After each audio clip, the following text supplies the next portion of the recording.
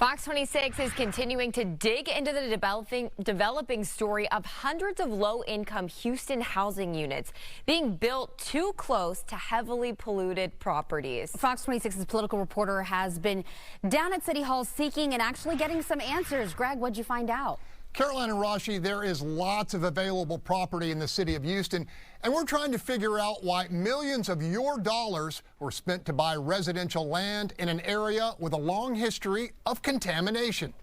As a low-income 400-unit Eastside housing project continues to rise on property quite nearly surrounded by contaminated land, environmental watchdogs and elected leaders have discharged warnings. Why would we put affordable housing, low-income housing, right here in this contaminated soil? It's going to be on our radar as the next cancer cluster. The Houston Housing Authority approved the $100 million 800 Middle Street project on property literally feet away from a state Superfund site and the city's long-abandoned Velasco trash incinerator plant. Also bordering the project are multiple landfills filled with literally decades worth of garbage ash. Seeking an explanation, we asked District H Council member Carla Cisneros why she didn't intervene. Would you want your kids to live next to that Superfund site? Everyone's making sure that it's a safe place for people to live. There are levels of lead and other cancer-causing agents there. You're not worried about putting low-income families there? You're not worried about it? Fox 26 also spoke with Council member Tiffany Thomas, who chairs the city's housing committee. Would you be comfortable having your family live in that area in that project? No.